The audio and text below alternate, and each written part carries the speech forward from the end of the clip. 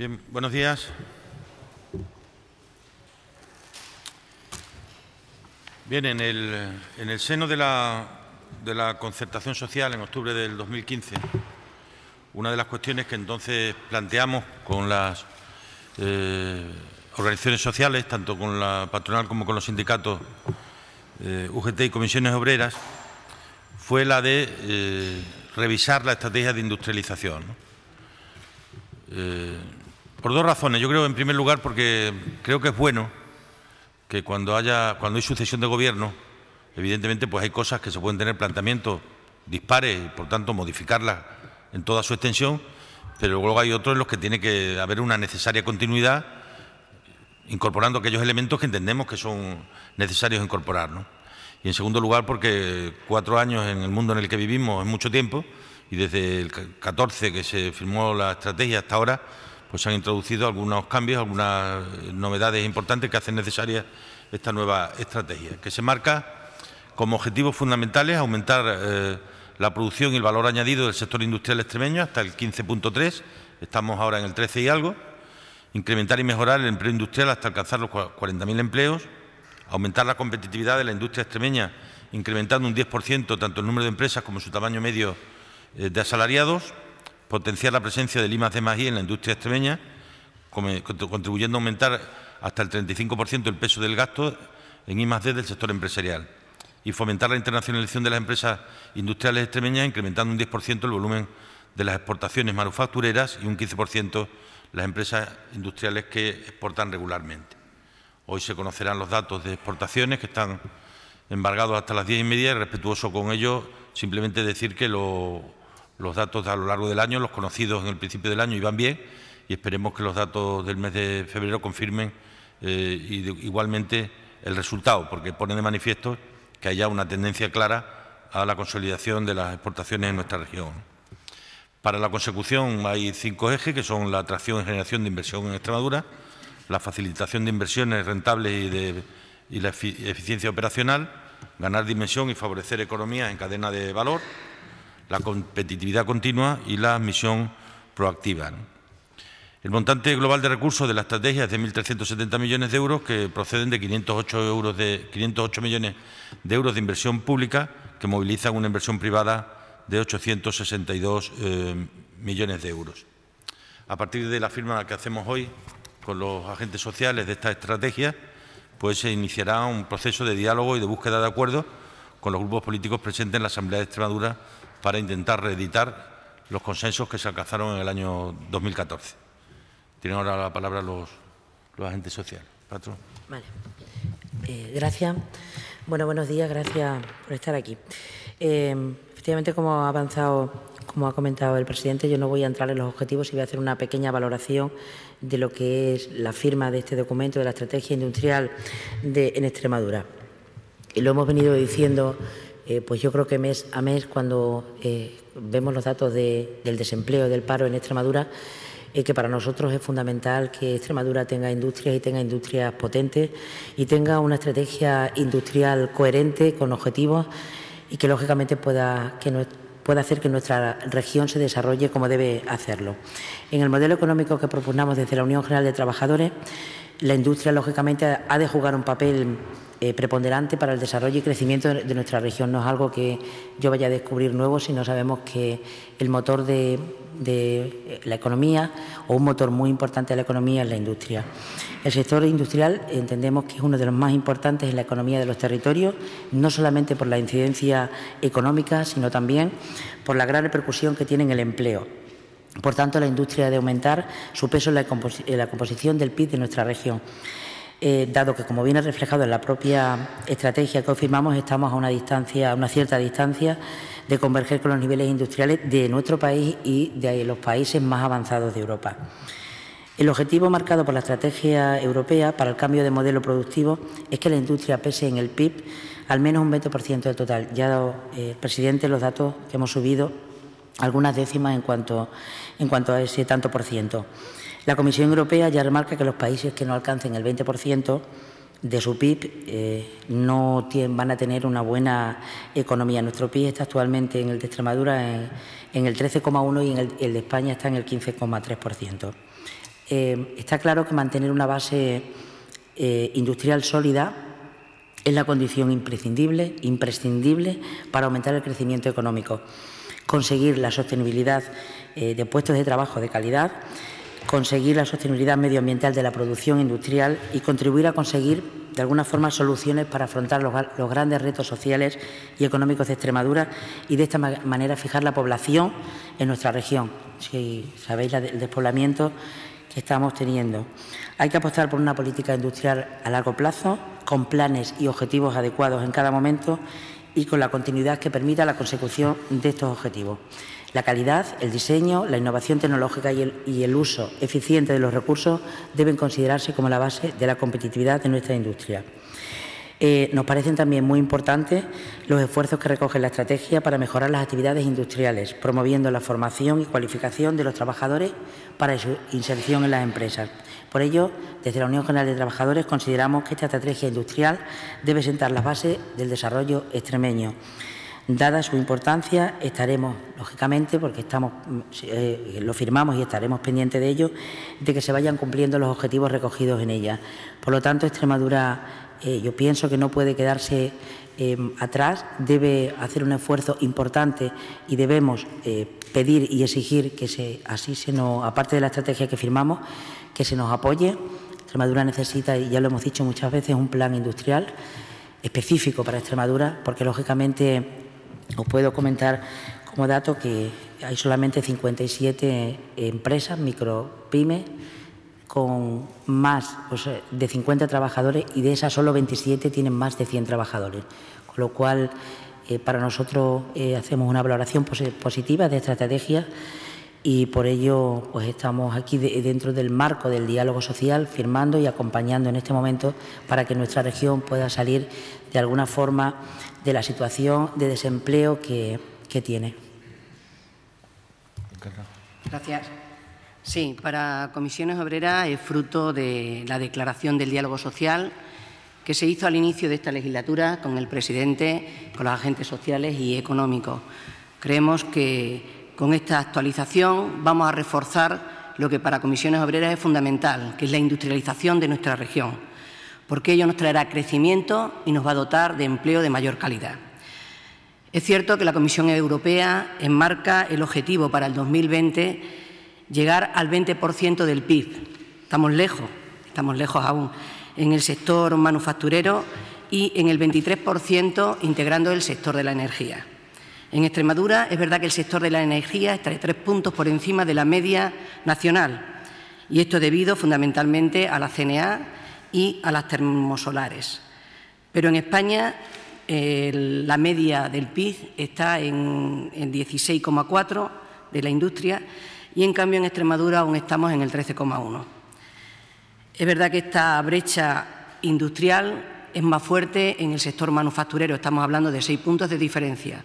Entendemos que herramientas como esta nos van a aproximar a esa media de España y nos van a aproximar también, si seguimos trabajando, a esa media que nos establece Europa.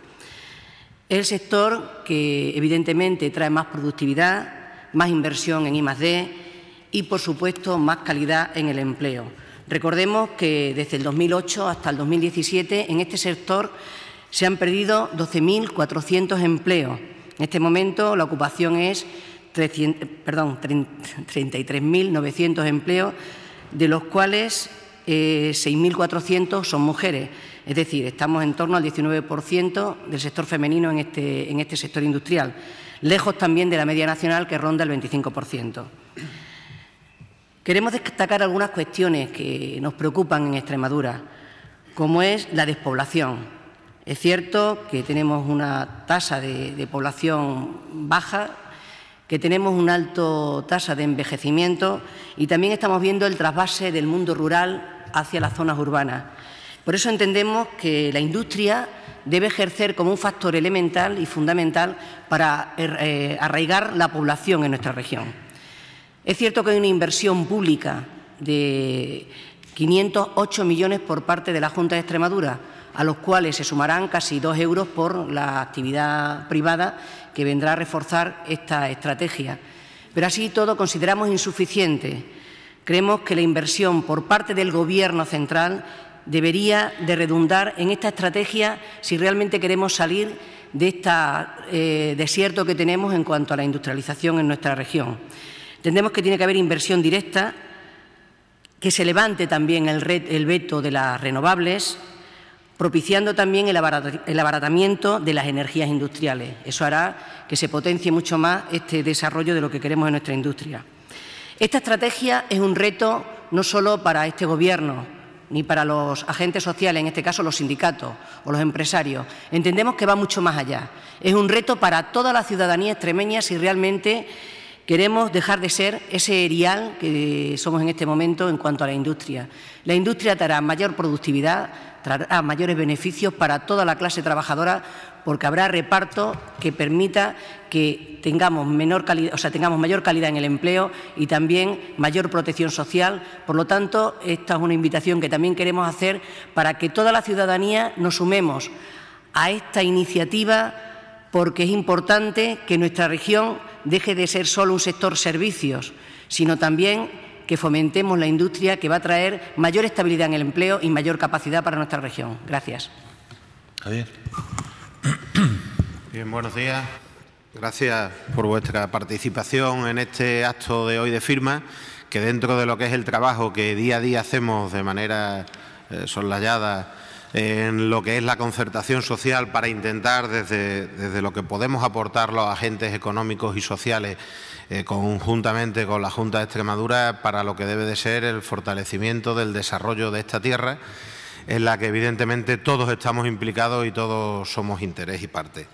En esa línea, hoy lo que ponemos de manifiesto con esta firma es actualizar una estrategia que ya se firmó en el 2014 con un Gobierno de distinto signo político, pero que fue apoyada por todo el arco parlamentario de aquel momento en el 14, que realmente precisaba, y así lo vimos cuando se firmó la concertación social, de una actualización, porque habida cuenta de con la velocidad en la que van cambiando las cosas, sobre todo en el aspecto económico y social también, en esta economía cada vez más globalizada, pues hacía que el documento no es que no hubiese servido o se haya utilizado más o menos, sino que realmente había que actualizarlo porque ha habido nuevos elementos, como puede ser lo que ahora se llama como la industria 4.0, que ya muchos teóricos lo denominan como una cuarta o quinta revolución industrial. Había que adaptarla en el documento, había que también implementar, como no, todo lo que lleva aparejado ese nuevo reto que tenemos y esa oportunidad que es para esta región, que es la economía verde y circular, que en la anterior estrategia pues no estaba realmente reflejada, al menos de una manera concreta, específica, intentando armonizar ambos documentos. Y también, ¿por qué no?, porque teníamos que hacer una nueva matriz DAFO en la que analizáramos las debilidades, las amenazas, pero también las oportunidades y fortalezas que tiene esta región con respecto a la posibilidad de desarrollo en este sector concreto, que es el sector secundario de cualquier economía, muy importante sobre todo porque sabemos que es un sector que evidentemente sirve de palanca a otros sectores para desarrollarlo. Un sector que, bien es cierto, si me permitís, la Confederación Regional Empresarial Extremeña ve como clave para el desarrollo y, sobre todo, como muy bien han dicho las personas que me han antecedido en el uso de la palabra, para intentar fijar población, para intentar atraer talento y, sobre todo, para ver si somos capaces de taponar esa salida de personal muy cualificado que está ahora mismo saliendo de nuestra región y porque no tiene capacidad. Y por eso, entonces, esta estrategia nosotros la ponemos, al menos desde el ámbito empresarial, y creo que el resto de firmantes así lo entienden también, como un reto a toda la sociedad en su conjunto, aunque cada uno asumimos nuestra responsabilidad. No en vano el sector empresarial es muy consciente que tenemos mucho que poner aquí.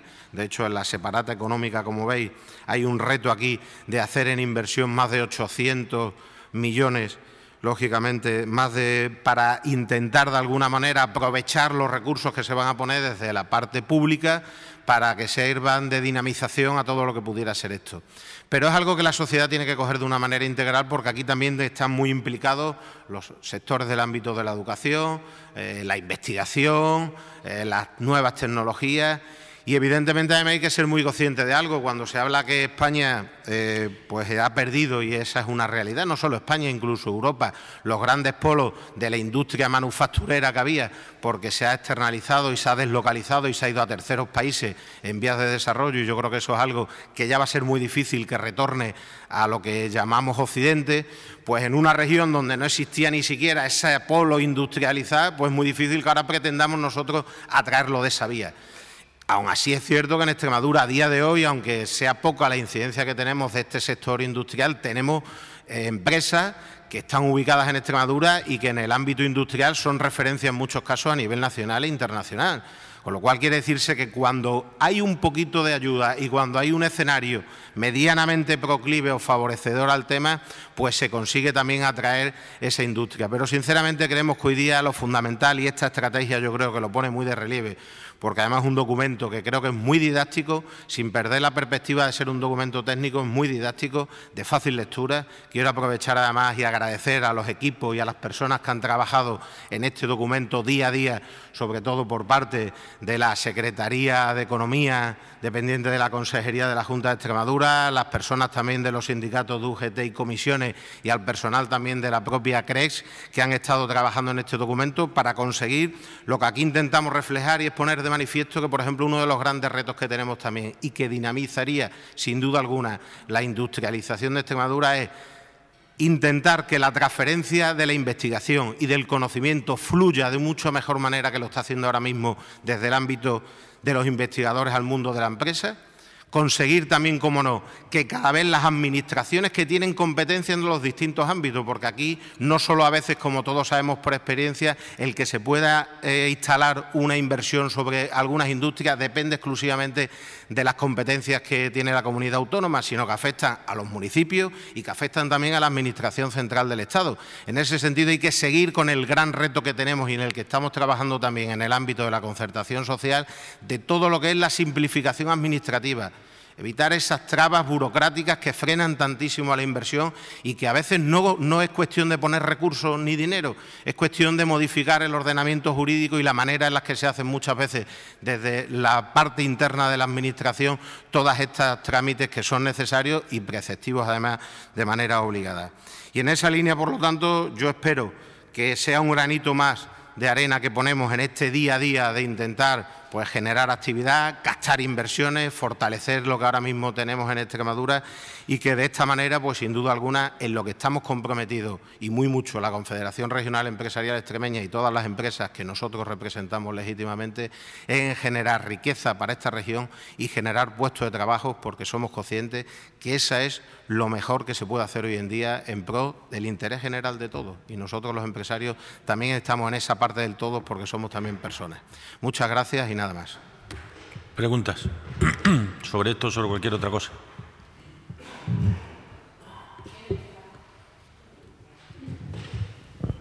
Yo quería su opinión sobre unas declaraciones que hizo ayer Álvaro Jaén en Canal Extremadura referentes a romper relaciones con la Junta de Extremadura en futuras negociaciones si no se cumplen los presupuestos, lo pactado. Dice que hasta ahora la cosa no va muy bien a juicio de Podemos.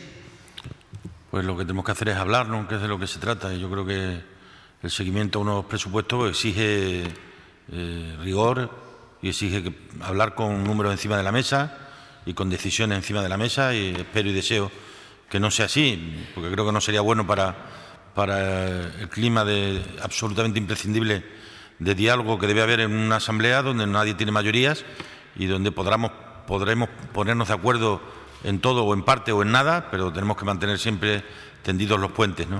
A mí esto de romper relaciones son palabras que no me gustan, ¿no? La gente no nos ha puesto aquí para romper, la gente nos ha puesto aquí para construir, y yo creo que esa debe ser nuestra obligación, ¿no?